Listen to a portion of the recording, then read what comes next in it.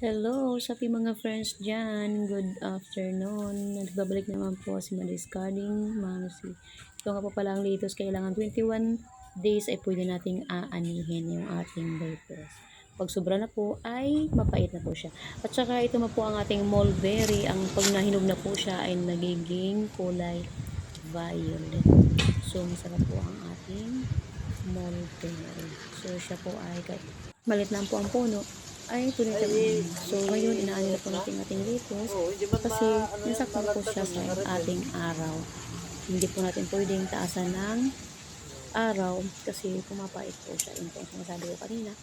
So, kailangan mag-harvest na po within 21 days. Okay, tayo na po ba ang ating mga tanim? Ayan na. Kaya, lettuce po kayo dyan sa mga lettuce lovers. 80 pounds lang ang per kilo. Yan guys, nahabos na po nila. Masarap.